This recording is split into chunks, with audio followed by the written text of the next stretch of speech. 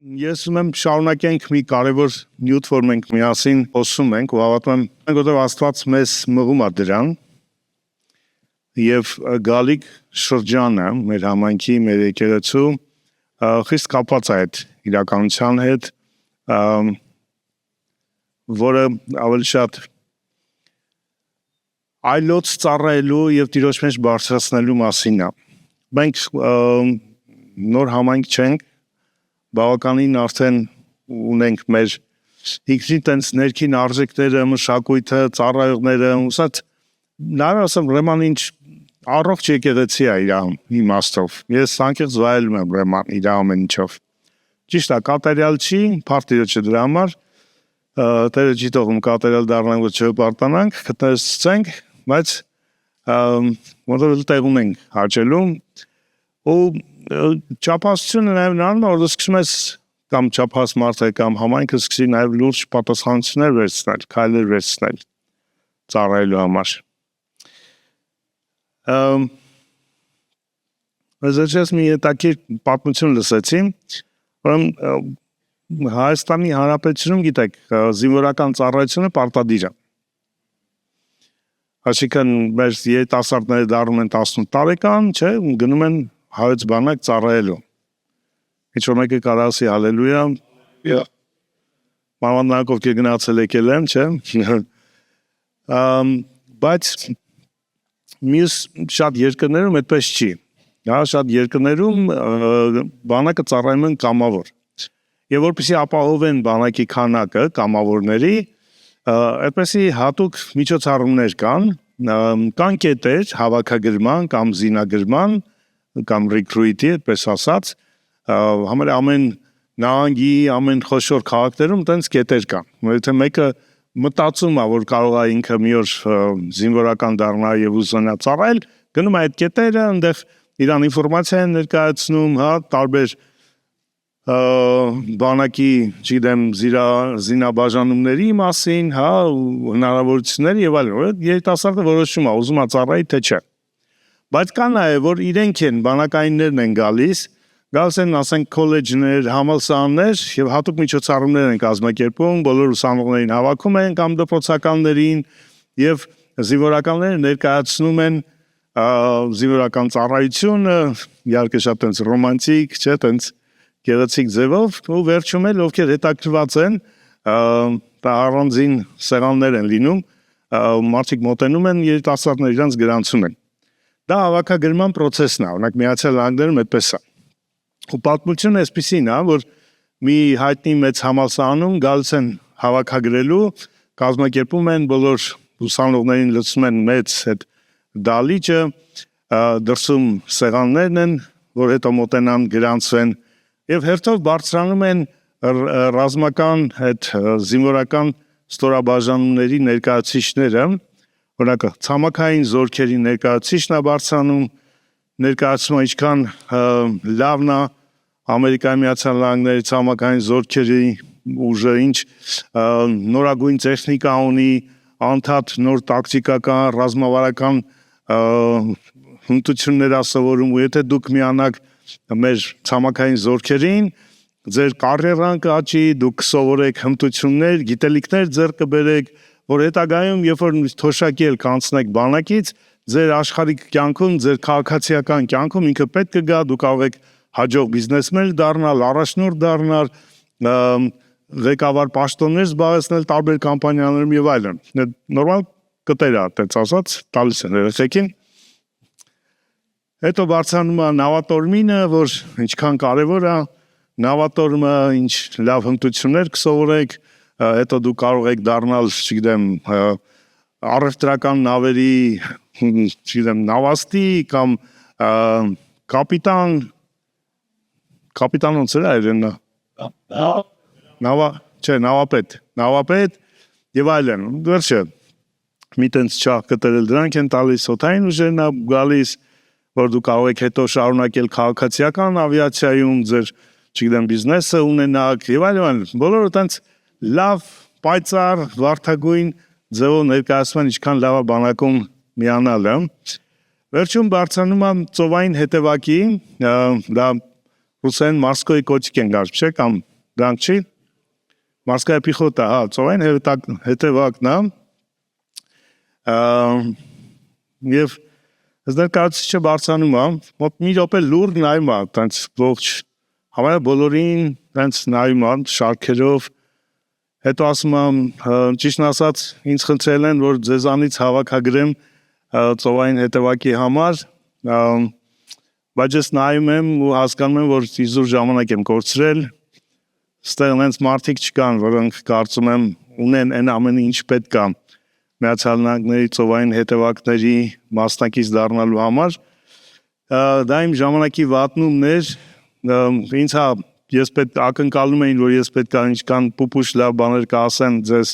թե ինչքան կարևոր է դա ձեր կարիերան կաչի եւ այլն թոշակ կունենաք չգիտեմ ես կլինեն բայց այդ ամենը բոլորը սուտ է որովհետեւ եթե դու միանաս հանկարծ այնպես ստացվում միանաս ծովային հետևակայիններին դիմանաս որ մի օր դու հանիծելու ես այն օր որ դու ծնվել ես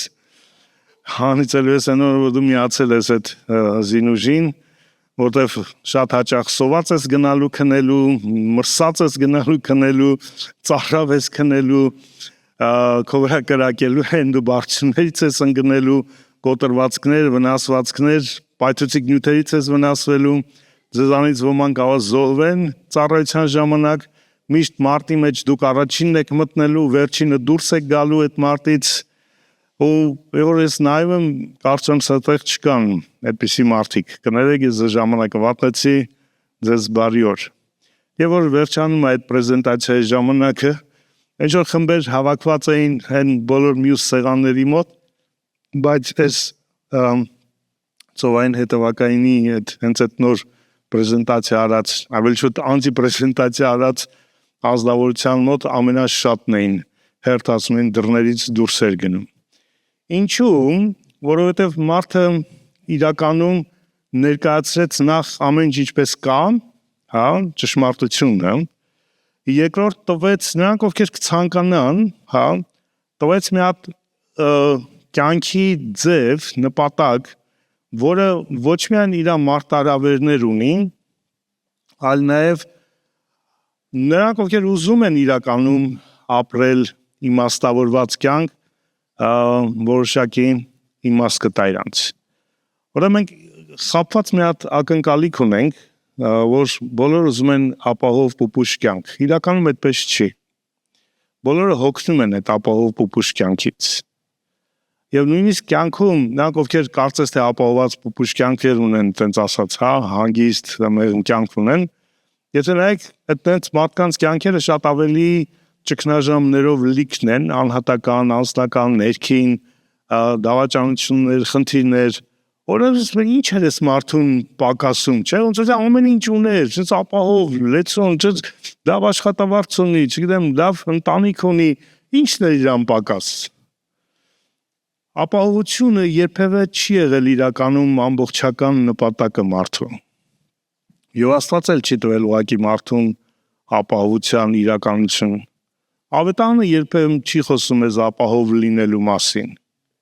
Ես չասեց ով կհետևի ինձ, կապրի ապահով, պուպուշ, հանգիստ կյանք, դու երբեք չես հիվանդանա, երբեք քեզ չեն անիծի, երբեք քեզ չեն նեղացնի, երբեք սոված չես մնա,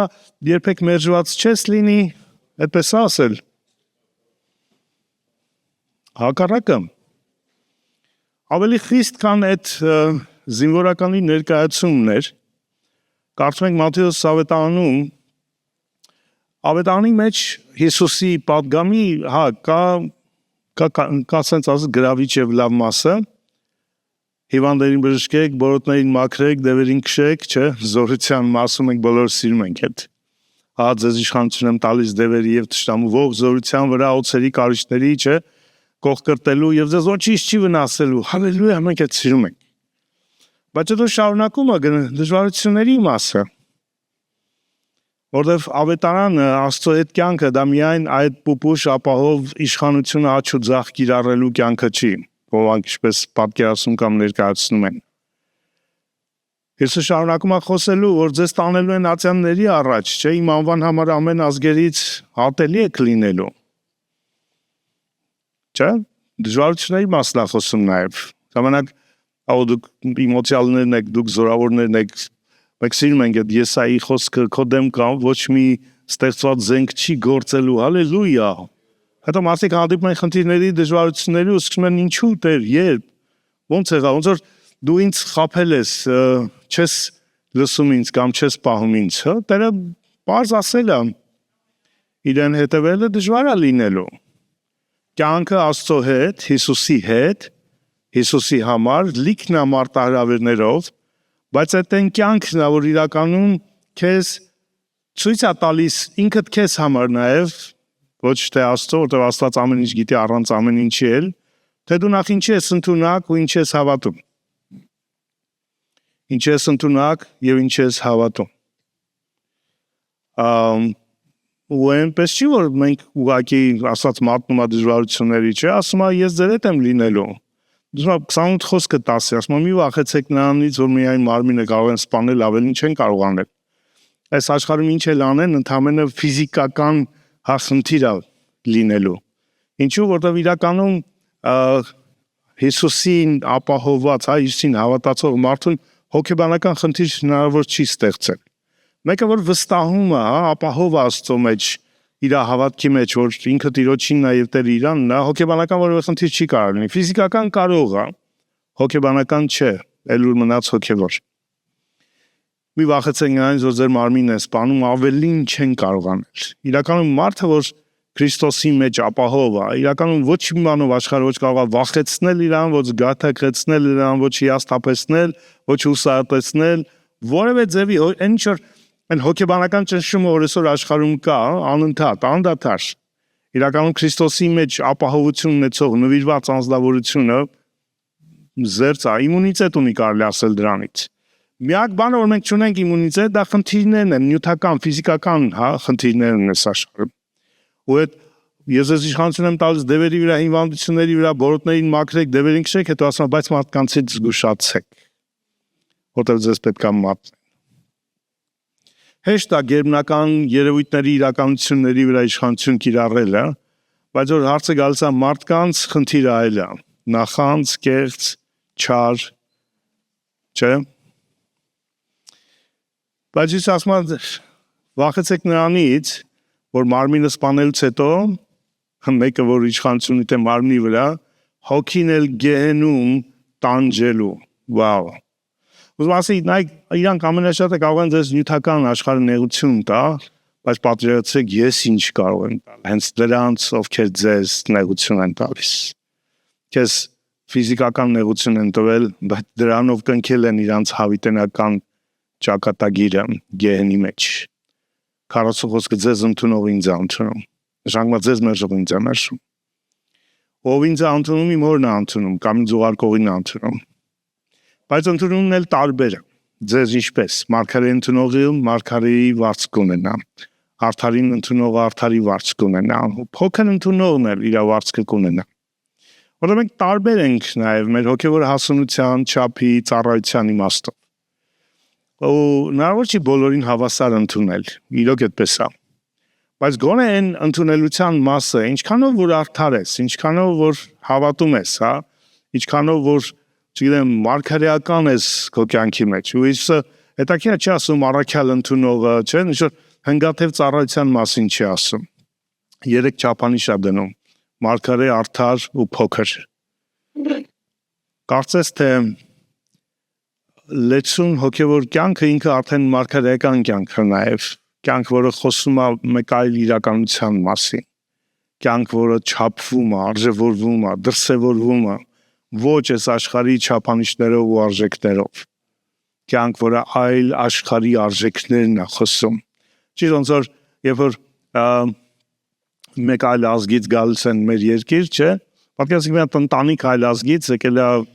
չգիտեմ, հյուր է եկել կամ եկել է ապրելու, ինքը իր ներքին մշակույթով է ապրում, չէ, ինքը մեր մեջ է, հայկական մշակույթում է, բայց գնում եք իրանց տուն, չէ, իրանց հոտը տան, նիստուկացը շարժը լրիվ տարբեր է։ Ու մենք դες հայավարի մտնում ենք իրանց տուն, եկե բազմա օй կներեք կոշիկներ պետք է հանեինք, օй կներեք ստեղ չի կարելի նստել, սա հատուկ տեղ է, այնտեղ չի կարելի մտնել, որտեղ չէ, մենք սովոր չենք իրանց համար, իրանց մշակույթն ու իրանք ապրում են այդ ներքին մշակույթով։ Թագավորության մարդիկ ճիշտ այդպես են։ Մենք ապրում ենք թագավորության մշակույթով, թագավորության արժեքներով։ Դավար կան նաև այդ տարբեր աստիճանները։ Մարգարեն մեկը որ հայտնում է, հա, արդարը ինքը իր վիճակով արդար, հա, մեկը որ ունի իր կյանքի, հա, արժեքների դրսևորումը, բայց դեռևս այն լեցունությունը չի, հա, իր կյանքի ողջ ոլորտ իմաստով, կամ ամենափոքրը։ Մի բաժակ ջուր էլ տվեցին այդ փոքրին, իր վարձքը չի կորցնի։ Ես այն սկզբից հստակ եմ, որ իրան հետևել, իրան հավատալը ունի թե առավելություններ, թե դժվարություններ։ Առավելությունները դա իր զորության ներկայությունն է, հոր հոգու ներկայությունն, ասում եմ, որ կտանեն չմտածեք ինչ պետք է ասեք, որտեղ ոչ թե դուք խոսեք, այլ ձեր հոր հոգի։ Որտեղ երբ որ տանում են, այնտեղ պատրաստել են, չէ՞, ծուղակների մեջ գցել, ինչ որ խոսքի մեջ բռնացնել, ինչքան մարդիկ կան, որ ձեզ խոսացնում են, մեզ խոսացնում են, ոչ թե որ ճիշտը իմանան կամ լսեն մեր կարծիքը, այլ բռնեն մեզ ինչ որ բանում, չէ՞, այնտենց որ սխալի մեջ բռնեն։ Մի պատմություն եմ լսել, Պակիստանում ա եղել ավետանիչներից մեկը, որ գնում է Պակիստան ավետանելու, անունը հիմա չեմ հիշի, կներեք, եւ գլխավոր մուֆտին Պակիստանի կանչում է իր մոտ, ասում են ինձ է կախված դու թույլ կտամ դու որևէ մասսայական բան անես, թե չէ։ Ու այն ինչ ես կորոշեմ կախված է քո պատասխանից։ Մի օր ժամանակ առաջ մահացավ իմ հայրը, որը ինձնից առաջ գլխավոր մուֆտին էր, ասում է, եւ հիմա հարցը սա է. դու որպես քրիստոնյա ինչ ես ասում, որտեղ է իմ հայրը։ Մարդ որ իր ողջ կյանքը հավատացել Ալլահին, ծառայել է իսլամի մեջ, հիմա որտեղ է ինքը։ Դժոխքում է, թե դրախտում է։ Ավետանիչը մտածում ասում է, թե ասեմ դժոխքում, ճիշտը ասեմ, կասի դե գնացեք ստեղից ոչ մի գործ չեմ թողում անեք։ Եթե կերծեմ, սուտ ասեմ դրախտում, դա Աստծո առաջ եմ մեր գործում։ Այդ պայն Աստված իմաստություն է տալիս։ Ասում է հիմա ինքը գտնվում է Մուհամեդի գոգը։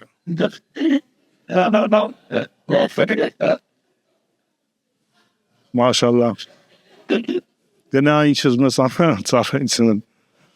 Հա, մեզ փորձում են բռնացնել, ինչքան էին ուզում բռնացնեին։ Կայսրին տուրք տանք, թե չտանք, չէ՞։ Այ դու արդար ես, ճանապարհը Աստծո ճիշտ է սովորեցնում, որ կուտ են տալիս են, որ հանգարց լպրծում բռնեն քեզ։ Ասում պատկերն է, չէ՞։ Կայսրինը, դե կայսրին տվեք, ինչ որ Աստծուն տվեք, ու զարմացան։ Բոլորին բռնացրել էին երևի այդ թակարդով, բոլորը բռնվել էին այդ թակարդով։ Բայց երկնքից իմաստություն հնարավոր չի կեղծել։ Ավետարան սկզբից է ասում, որ Հիսուսը երբ որ եկավ այս աշխարհ, առաջի բանը որ հանդիպեց այս աշխարհում Հերովդեսի մահվան սպառնալիքներ։ Եվ որ մոգերը եկան արևելքից ու ասացին, որտեղ է հրյաների թագավորը, մենք արևելքում տեսանք այդ աստղը։ Պատկերացնում ինչ ֆենոմենալ երևույթ էր, որ արևելքից ինչ որ հեթանոսական ազգերից եկել էին, որտեղ հավատում էին, որ Իսրայելում ծնվել է Իսրայելի թագավորը, հրյաների թագավորը։ Էլ ինչ պետք է աստվածային նշան լինի, քան դա, չէ՞, որ ծնվել է Աստծո թագավորը։ Բայց գրված է Հերովդեսը խռովեց իրար եւ ողջ Երուսաղեմ իրար հետ եւ մի նպատակ որոշվեց վերցնել, սպանել Աստծո թագավորին։ Հենց սկզբից Կոտերը երբ որ եկավ այս աշխարհ, իրան որոշեցին սպանեն։ Ինչ ես կարծում, քեզ ինչ է անելու այս աշխարհը։ Սիրելույա թուշդ պաչի, գլուխդ շոյի, ասի ինչ լավ որ դու այդպիսին ես։ Աշխարհը իրեններին է սիրում, ինձ ու քեզ չի սիրելու, որովհետև մեր Տիրոջը չի սիրել։ Հիսուս ասեց. ինձ հալածեցին, ձեզ էլ են հալածելու։ Եթե տանու Տիրոջը Բեղզեբուղ ասեցին, որքան առավել իր տնեցիներին։ Ժողովուրդ, երբ որ աշխարհը ունի որոշակի այդ բացասական, հա, ագրեսիվ, մեզ չընդունող դիրքը, երեք կարդացի, Գերմանիայում հովին ձերբակալել են, ծեծել են գիշերը ժամը 3-ին հարցակվել։ Ոստիկանությունը։ Մենք ապրում ենք մի ժամանակներ, որտեղ կզարմանանք տեսնելու աշխարհի իրական դեմքը, իրական վերաբերմունքը Քրիստոսին ու քրիստոսիններին։ Հերովդեսի արձագանքը ֆենոմենալ էր, ճիշտ Սավուղի նման։ Սավուղը հիշում եք, երբ որ հալածում էր Դավիթին, գիտեր չէ տիրոջ օծյալն է Դավիթը, Տերն է ընտրել իրան։ Բայց այդ մոլուցքը սեփական իշխանությունը պահելու ավելի մեծ էր, քան Աստծո կամքի նազանդումը։ Ու սա տեստ էր Սավուղի համար։ Այսօր ինձ մեկը հարցեց, ասեց, ինչու Աստված թույլ տվեց, որ 80 քահանաներ Սավուղը ջարդել տա Դավիթի պատճառով։ Ես ասում եմ մի բանի պատճառով, որ ապացուցվի Աստծո մերժումը Սավուղի իր արդարացված էր, որ ինքը չէր կարող լինել Աստծո օծյալը, ով Աստծո մյուս օծյալների վրա ձեռքը բարձրացնում, չի կարող Աստծո օծյալը լինի։ Կամ չունի ինչպիսին է այդ ձեռքը, բառերով է, հեգնանքով է, չգիտեմ, չարախոսությունով է, ինչպիսին կլինի այդ սուրը, այդ ձեռք բարձրացնելը, կապ չունի։ Չճանաչելը ու Աստծո կոչումը, Աստծո կանչը, Աստծո ծառայությունը, Աստծո օծությունը, դա Սավուղի հոգին է, դա փարավոնի հոգին է։ Սավուղ իր որդուն Հովնաթանին, որին պետքա ժառանգոր դարձնել իրանից հետո, ասեց, քանի այդ Հեսեի որդին ողջ է, դու Սավուղի որդի թագավոր չես դառնալու։ Ո՞վ է քեզ թագավոր դերել Սավուղ, եթե ոչ Աստված։ Ումից ես առել գահդ, որ հիմա դու փորձում ես զորով պահել, ումից ենք մեր ծառայություն ստանում, կոչում ստանում։ Ո՞վ է մեզ տվել այդ կոչումը, ծառայությունը, վախենաս, թե որ կխլեն քեզանից, կտանեն քեզանից։ Նույնը փարավոնն էր։ Հրեաների որդիների կյանքը խլեց, որպեսզի իր որդիները ապրեն, երբ որ Իսրայելի արուներին ծովն էին նետում ծնվածներին։ Ու Դավիթը ինքը այս դասը լավ սովորեց Սավուղի դրա համար, երբ որ ինքը կորցնում էր թագավորությունը, ինքը չկռվեց այդ գահի համար։ Ճիշտ հոբի նման Տերը տվել, հա։ Տերն էլ կարա պահի, կամ Տերը եթե կուզենա վերցնի, օրհնելա Տիրոջ անունը։ Աստծուն վստահող, Աստծուն ճանաչող մարդիկ որևէ բանից կառչած չեն այս կյանքում իրականում։ Մի բանից են կառչած, Աստծուց անձամբ։ Մի բան կա իրանց համար։ Ոչ կոչում, ոչ պաշտոն, ոչ դիրք, ոչ մի բան, բացի Աստծուց անձամբ։ Սա առաջի ու կարևոր դասն էր սովորելու համար։ Հետաքրքիր է, որ Հերովդեսը խառնվեց իրար եւ ոչ թե Պիղատոսը, որովհետեւ Պիղատոսը ներկայացնում էր Հռոմին։ Հռոմ կարծագանքեր Պիղատոսը, ի վերջո արձագանքեց, վերջում երբ որ Հիսին էլ ճար չկար, չէին կարողանում զորով խաչել տային, ասին ինքը կայսրի թշնամին է, եւ ով որ կայսրին թշնամի է, ինքը իրան կայսրը հռչակում, ինքը իրան թագավորը հռչակում, ով ինքը իրան է հռչակում, թշնամի է կայսրին։ Կայսրությունն էլ խառնեցին, պես ասած, բայց սկզբում այդպես չէ, Հռոմը չարձագանքեց։ Բոլոր իշխանությունները մի հատ կարևոր խնդիր ունեն, պահպանել իրանց իշխանությունը։ Ամեն ձևով պետք կլինի քրիստոնյա ձևանալ, քրիստոնյա ձևանալ։ Աստվածաշնչից համարներ կասեն, մեզնից լավ։ Պետք է աշխարհիկ լինել, աշխարհիկ ձև։ Ժողովուրդ, եթե եկեղեցուց դուրս մարդիկ միամիտ են, դուք մի եղեք միամիտ։ Քաղաքական աշխարհը դա բորիկություն է իրական հանուն իշխանության։ Ամեն իշխանություն մի խնդիր ունի, պահպանել իր իշխանությունը, ամեն ձևով։ Դրա համար պետք է խաղալ, դրա համար պետք է շողոքորթել, դրա համար պետք է շահել բոլոր նրանց, ում միջոցով պահվում է այդ իշխանությունը։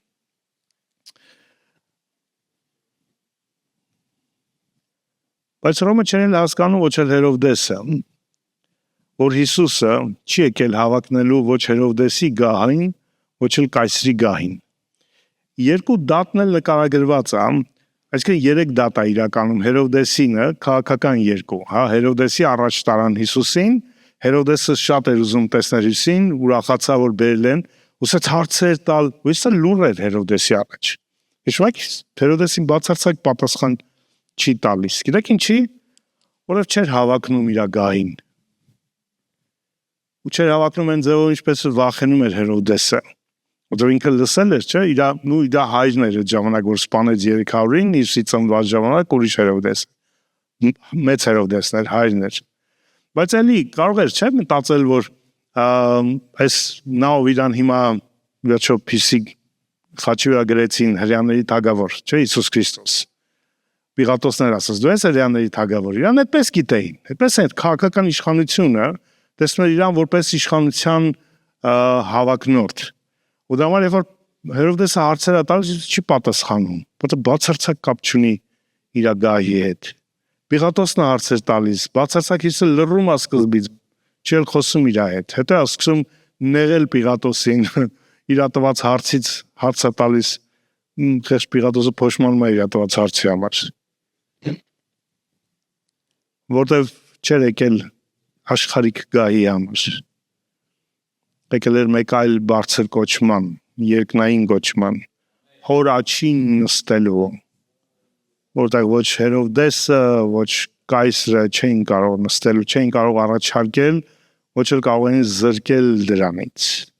Ես ու դու կանչված ենք մի իրականություն, որ այս աշխարհը չի կարող երբևէ ապահովել։ Ոչ պետք է ակնկալել աշխարհից որևէ այդ իմաստով, հա։ Այդ չի նշանակում, որ պետք է ձգտել աշխարհում ձեռքբերումների։ Ձեռքբեր ինչ կարող ես, ինչքան կարող ես։ Քո մասնագիտության մեջ, քո կարիերայի մեջ աճիր,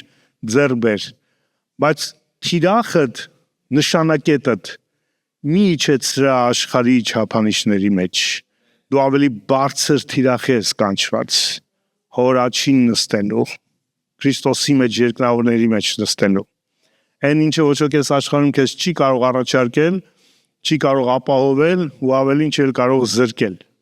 Ու անկախ նայես դա կրոնական, թե քաղաքական, թե տնտեսական, հա,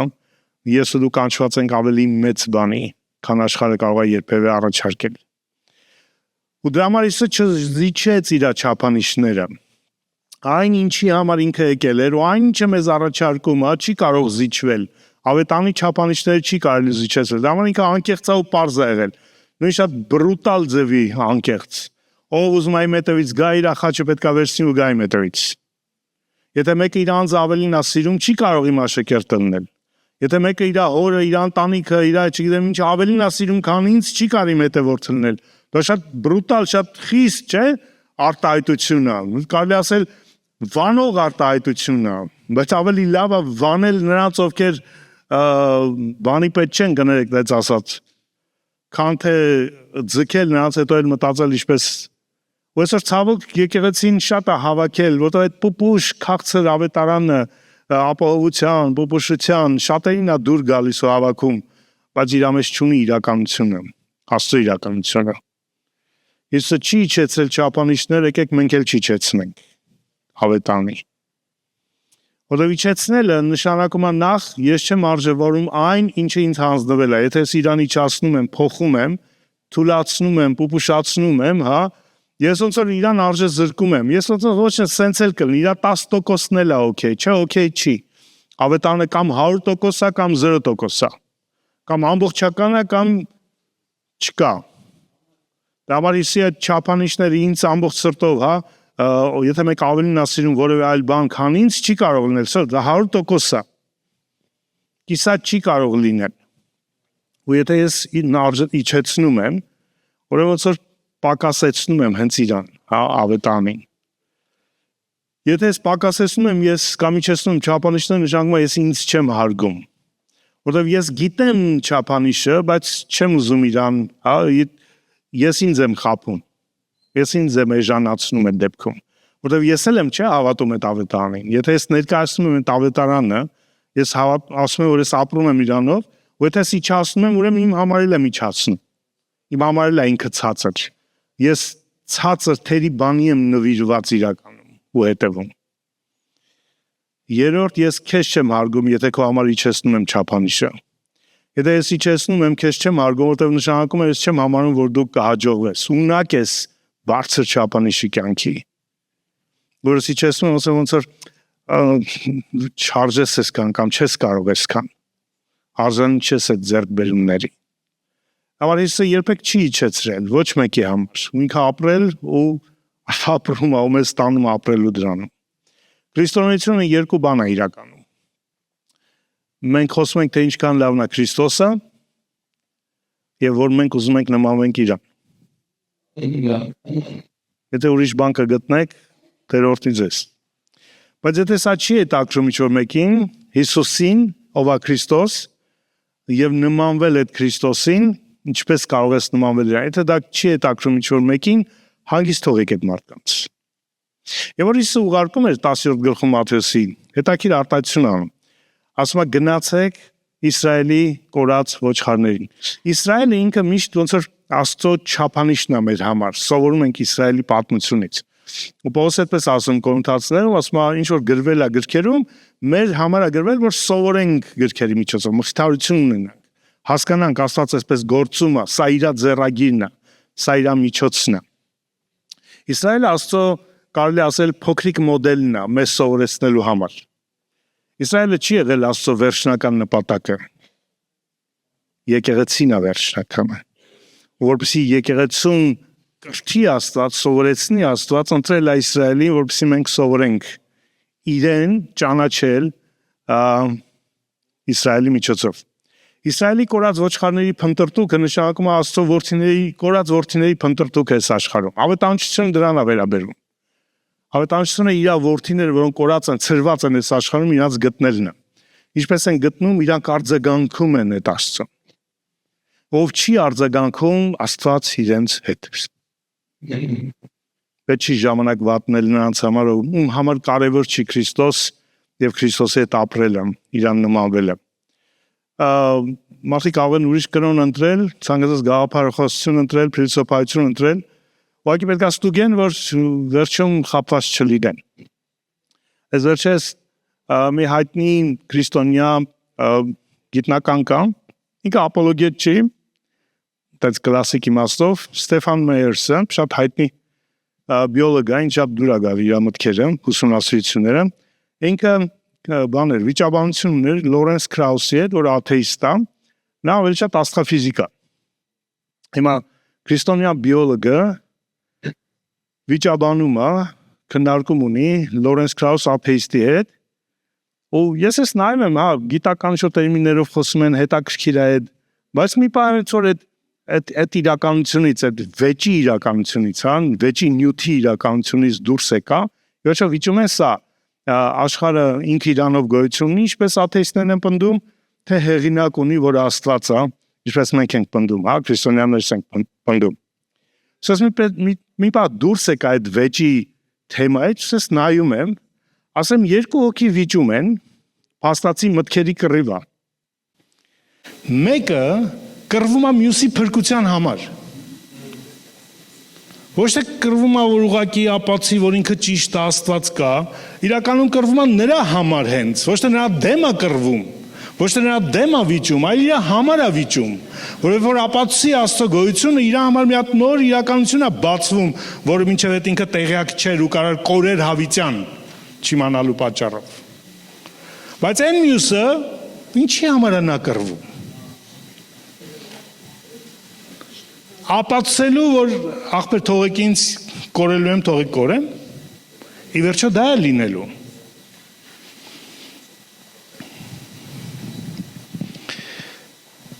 Աստծո որդին եկավ աշխարհ, Աստված ինքը եկավ աշխարհ։ Ինչ-որ գիտնական չի, լավ քրիստոնյա չի, պրոստ Աստված հենց ինքը եկավ աշխարհ, եկավ որ փրկի, մարդու որդին եկավ որ կորածը փրկի, չէ՞։ Ու ինչ արեցին իրան, ասին մենք քո կարիքը չունենք, խաչան իրան։ Նույն պատմությունն է կրկնվում։ Մեկ եկավ իրանց համար, իրանք այդ մեկին խաչում են։ Ամեն ավետարանչություն իրականում մարդկանց շուտ կրոնի կամ կրոնական կազմակերպություն միացնելու համար չի։ Մեր ավետարանչությունը մարդկանց հավիտենական կորուստից փրկելու համար։ Մարդիկ պետք է հասկանան, ոչ թե ես ավետանում եմ իրա, որ ինքը գա իմ եկեղեցի դառնա քրիստոնյա, Աստծո հավիտենական բարկությունից բրծնի։ Ես իրա համար եմ ավետանում, դա իմ համար չի։ Իմ համայնքը մարդ բերելու համար չի կամ չգիտեմ,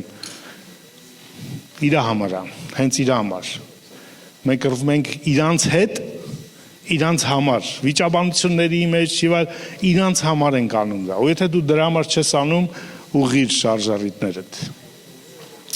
Բոլորը արժանի են հավիտենական կյանքի։ Ապագայում կա Աստծո արդար բարկությունը։ Հավատանք թե չհավատանք, ուզենք թե չուզենք, գալու է այդ բարկությունը։ Ու գրված է, որ Հիսուսը մեզ փրկում է այդ բարկությունից։ Իրականում Աստված ուղարկեց իր որդուն իր բարկությունից առաջ, ասեց գնա նրանց, ովքեր կհավատան հանին, որ ես չգամ իմ բարկությունով։ Վերջին խոսքը 5 կտականի գամ բարկությունով զարնեմն է։ Եղիային կուղարկեմ, որ որդիներին հանի, որպեսզի չգամ ու երկիրը, այսինքն ոչ թե չգամ, գալու եմ զարնելու, իմ գալուց առաջ վերցնես։ Սա ողջ Աստծո խորհուրդն է մեր ավետարանչության։ Գալիս է բարկությունը, որից առաջ ասում ենք ժողովուրդ արագացրեք։ Ճիշտ նույն պատմությունը Սոդոմ Գոմորում էր, չէ՞։ Գնաց իր փեսաներին, աղջկա նշանածներին, Ղովտ ասեց շուտ արեք, կրակ է գալիս, ծաղրեցին։ Նոյը 120 տարի տապան էր կառուցում, ծաղրեցին։ Մենք էլ հիմա վկայում ենք իրանց համար։ Հավետարանչությունը իրանց կռիվն է։ Բոլորը արժանի են հավիտենական կրակի իրականում։ Դրա համար երբ որ դատվեն, բոլորը դատապարտվելու են։ Նույնիսկ նրանք, ովքեր առաքյալներն են, 12 հոգին, 11-ը, մեկը գնաց կորուստ։ Միևնույնն է, բոլորը, անկախ նրանից ով է, հովիվը, առաքյալը, մարգարեը, առանց Հիսուսի, որ եկավ մեզ հանելու է բարկությունից, բոլորս արժանի ենք այդ հավիտենական բարկությանը։ Գրված է, որ կա Հիսուսի կյանքի գիրքը, գառնուկի գիրքը, որի մեջ գրված անունները, ում ինքը ընտրել է ոչ թե տենց պատահական իմաստով, ինչպես օրինակ հայերը շատ են սիրում green card-ին, չէ՞, մասնակցել խաղարկությանը, միամիտ ձևով հավատում են, որ դա պատահական ընտրություններ է, պատահական։ Ժորժ ջան, աշխարհում պատահական ոչ մի բան չի արվում, ամեն ինչ իր նպատակ ունի, ձև ունի։ Ոչ պատահական անուններ են դեր գրված, ոչ պատահական չի։ Կարող մտածեք երևի արժանիների անուններն է այդ կյանքի գրքում, չէ, արժանիների անուններն էլ չի, որտեղ ոչ ոք արժանի չի։ Արդարներինը, ոչ արդարներինը չի, ոչ մեկ արդար չի, չկա ոչ մեկ։ Բարիներինը, դուք որ չար եք, ձեր չի բռնում։ Բա ում անունն է գրված այնտեղ։ Ովքեր հավատացին, հավատքը նվեր է Աստծուց գրված է։ Աստված տվեց ապաշխարություն, Աստված է հավատք տալիս։ Դատաստանը եւ փրկության որոշումը, թե ում անունները գրված է կյանքի գրքում, ովքեր կմտնեն հավիտենական կյանք, որոշված է միայն մի բանով՝ ու վերջ։ Որոշված է նրանով, թե ում հետ է Աստված ուզում իր հավիտենությունը անցկացնի։ Լսում եք։ Ում է ինքը ուզում, որ իր հետ իր հավիտենությունը անցկացնի։ Ոչ թե նրանք են, ովքեր ուզում են, այլ նրանց ում ինքն է ուզում։ Ինչ դժվար է հնչում, բայց փաստը դրանում է։ Ու ես ասում եմ, նրանք, ովքեր այսօր հավատացել են իրան, նրանք են, ում Աստված ուզել է, որ իր հետ լինեն հավիտենության մեջ։ Եվ դրա համար մենք հավատացել ենք։ Դա նրանք, ովքեր չեն լինի, ում անունը չի լինի կյանքի գրքում, նրանք են, ովքեր չեն ուզում այսօր իրականում իր հետ ապրել։ Նրանք, ովքեր այսօր այստեղ չեն ուզում իր հետ ապրել, ինչու պետք է իրանց Աստված ուզի իր հետ ապրեն իր հավիտենության մեջ։ Ասեք ինձ։ Եթե այսօր չեն ուզում իր հետ ապրեն։ Ու իմ ավետարանությունը հրավեր է, չէ՞ ապրելու իր հետ, ու եթե իրանք չեն ուզում, իրանք կարծես, չէ՞ որ նկարագիրը փրկության դա գառնուկի հարսանիքն է, չէ՞։ Կարդացել եք, տենց է, հարսանիք կա, չէ՞, տենց։ Ինչ է հարսանիքը։ Բացի քեֆ ուրախությունը խմել կռվելը։ Նորմալ։ Հա, ինչ է ամուսնությունը։ Երկու սիրող կողմեր են, չէ՞ միանում։ Ոչ թե մեկը սիրել է, այն մյուսին զորով տարել է իր տուն։ Դա երկու կողմ է։ Ու եթե այդ կողմը այսօր չի ուզում սիրել Աստծուն, ինչու պետք է այն օրը այն մյուս կողմը սիրի իրան։ Այգու գործավորների պատմության մեջ, երբ որ Մատթեոս 20-ում կարդում ենք մի այգի ունեցող դուրս եկավ վարձելու իր աշխատողներից, հիշում եք։ Եվ վարձեց մարդկանց, ովքեր 12 ժամ աշխատեցին եւ վերջում 11-ին ժամը վարձեց մեկին, որ ընդամենը մի ժամ աշխատեց։ Վերջում երբ որ եկան վարձատրելու, բոլորի հետ պայմանավորվել էր՝ մի դա եկան։ Ամբողջ օր աշխատում եք, մի դա եկան, արդար, վերջ։ Մարդը աշխատեց ամբողջ օրը, առաջինը բայց կանչեց, ով որ նոր էր, մի ժամ էր աշխատել։ Իրանց տվեց մի դա եկան։ Հետո եկան նրանք, որ 12 ժամ էին աշխատել, մտածին, վա, եթե ես մի ժամ աշխատածին մի դա եկան է տալիս, մենք 12 ենք աշխատել, գոնե մի քիչ շատ կլինի, լավ։ Բայց իրանց տվեց մի դա եկան, հովարտիկ դեղվեցին, վրդովեցին, ասեմ, որ չհասկացանք, համ սրանց ես մի դա եկան տալի, որ նախ մի ժամ աշխատեցին, երկրորդ այն որ գործի վերջն է արդեն, այն պոչերն է, էլի, այն որ բան էլ չկա անելու, էլի։ Եկան թեթև մասը մի ժամ ու իրանց տվեցին նույնքան, մենք էլ ամբողջ օրը օրվա տաքությունը, ջերմությունը, ծանրությունը գործի մեր վրա գնաց։ Ինչ պատասխանեց Տերը։ Ասաց, եթե ես ուզում եմ սրանց վարձատրել։ Ոչ մի օբյեկտիվ արտաքին, չասեց իրանց գործը ավելի լավն է, ճիշտ է, իրանք մի ժամ աշխատեցին, բայց շատ ջանքով են աշխատել, եռանդով, բացարձակ, իրանց մասին չի, ով ոնց աշխատեց, իմ մասին է, ես եմ ուզել, ու եթե ես ուզել եմ, դու ով ես, քո ինչ գործն է, ես ում եմ ուզում, կյանքի գրքի անունները, նրանք ոչ արդարներն են, ոչ բարիներն են,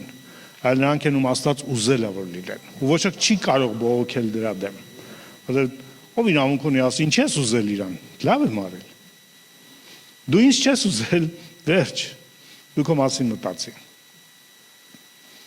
Հիսուսի գալը հենց այդ էր նշանակում։ Իրեններին եկավ, ասում է Հովհաննեսը։ Իրեններին եկավ ու իրենները չընդունեցին իրան։ Եկավ ում ինքը ուզում էր, բայց պարզվեց իրան չեն ուզում։ Իրան չեն ընտրում։ Մեր կյանքը, մեր ծառայությունը, մեր ավետարանչությունը այդ ուզելու իրականությունն է։ Հարցը ինչի որ դու եկեղեցի ես գալիս, 10-րդ ես տալիս ծառայության, ուզում ես իրան, սիրում ես իրան։ Հավիտենական կյանքը հարաբերության կյանք է։ Ու մենք էլ մարդկանց ոչ թե առաջարկում ենք ինչ-որ կանոններ, արի կփրկվես։ Փրկության ինչ է այդ փրկությունը, եթե չկա իր այդ հարաբերությունը, չկա ինքը, չկա սեր իր հանդեպ։ Սիրիր քո Տեր Աստծուն, դա փնտրել ինքը միշտ։ Ինչ ենք մենք ներկայացնում, ինչու ենք մեզ լավ տեսնում, կամ ինչով ենք մեզ որակավորում։ Աստված մի որակավորում է փնտրում, ուզում ենք իրան։ Ուզում ենք իրան։ Մենք ուզում ենք հավիտենությունը ուր լինի։ Չկա տենց անորոշ ինչ որ չգիտեմ երկինք իրականություն, չկա տենց բան, կա ինքը, կա իր ներկայությունը, եթե այսօր չես ուզում, այնտեղ չես ուզելու, նու բնական այնտեղ չես լինի, եթե այսօր չես ուզում, եթե այսօր իր ներկայությունը հաճելի չի, այնտեղ շատ ավելին է այդ ներկայությունը, շատ ավելի մեծ տհաճություն ես ապրելու, մեր հոգևոր կյանքը իրականում այդ ուզելու կյանքն է, իրան փնտրելու կյանքն է, ինքը ուզում եմ, որ մենք լինենք իր այդ հավիտյան, իր ամեն ինչում։ Արդյոք մենք ենք ուզում ինքը լինի մեր կյանքում, մեր վախերի մեջ, մեր վատ օրերում, մեր մութ տեղերում, մեր ծածուկ մեղքերի մեջ, մեր ծածուկ կյանքում, ուզում ենք, եթե ուզում ենք, ասում ենք արի, չէ, եթե ես մի բան ուզում եմ մեկին, ոնց է, գնում եք հյուր, մեկ էլ ասում է, մեր նոր պահարանը տեսել եք, եկեք ցույց տամ։ Չէ՞, նոր պահարանն ես տեսնում։ Ով ասում ես, ինչ լավն է, ով է սարքել, ինչքան է, չէ՞։ Ուզում է, չէ՞, մարդը, որ դու տեսնես դրա համար է տանում քեզ այնտեղ։ Նույնիսկ եթե քեզ հետաքրքիր չի այդ պահարանը բացարձակ։ Բայց հանուն նրա, որ ինքը ուզում է, դու գնում ես այդ պահարանի համար։ Ձեզ ինչ ատվում ասած չի ուզում մեր կյանքի մեջ լինի։ Եթե մենք չենք ուզում, չի լինելու։ Մենք դες լիքը պահարաններ ունենք, որ ինքը կուզի գա այնտեղ, գա մեր կյանքի մեջ։ Գա այնտեղ, որտեղ դու հուսահատված ես, հիասթափված ես, ընկճված ես, կոտրված ես, ձախողված ես, կամ հաջողված ես, կապ չունի քո կյանքի, իմ ու քո կյանքի ամբողջության մեջ։ Ուզում ենք ինքը լինի։ Եթե ուզում ենք, ասում ենք արի, չէ՞։ Մենք լիքը բաներ չի փոխվում մեր կյանքում, որտեղ մենք չենք ուզել ինքը գա։ Մենք ամաչում ենք, որտեղ եթե ունենք 5 կոտրված պահարան, չենք ուզում գա 5 կոտրված, միշտ լավ նորա, չեն մարդկային։ Չէ ինքը կակրած այդ նորը չի ուզում։ Ինքը այն հներն ավսում։ Ուզում է գա ու փոխի, ուզում է գա ու սարքի, ուզում է գա ու վերականգնի։ Ինքը ուզում է լինի մեր կյանքի ամեն ակնթարթի մեջ։ Դառնա քո իրական ամեն ինչը, սկիզբը եւ աղջանը, ալֆան ու օմեգան, որպեսզի ամեն բան քո կյանքում լինի Իրանով, Իրանից եւ դեպի Իրան, աշխատանքիդ մեջ, խորհուրդներ հարցը, խոսա իր այդ բեր իրան կյանքի, չի ստացում, եղել է անկեղծ, ինչ որ բան է նորքում չի ստացում, ստեր ոնց է սրա սարքելու ձևը։ Ոնց չի ասում, օ, ինձ հոգեոր բաներ հարցրա։ Ինքը ուզում է, ինքը պապայա, ինքը ընկեր է, ինքը հարազատ է։ Տար իրան քո կյանքի ամեն ոլորտի մեջ, որտեղ ինքը քեզ տանելու է իր հավիտենությունը, ու ինչ որ աչքը չի տեսել, ականջը չի լսելու, մարդի սրտում չկա, պատրաստել է քո համար։ Տանելու անդեղ ցույց տա ամեն ինչ։ Տանելու է, որ դու վայելես։ Եկեք այսօր էլ իրան տանենք մեր կյանքի մեջ վայելելու։ Ինքը դրա համար է եկել աշխարհ, որ դառնա մերը, իրեններին է եկել։ Չընդունեցին ոմանք, բայց ովքեր ընդունեցին։ Իշխանություն տվեց Աստծո որդի լինելու, դու որդի ես, որտեղ ինքը եկել է մեր համար։ Եկեք գանք իր առաջ հիմա։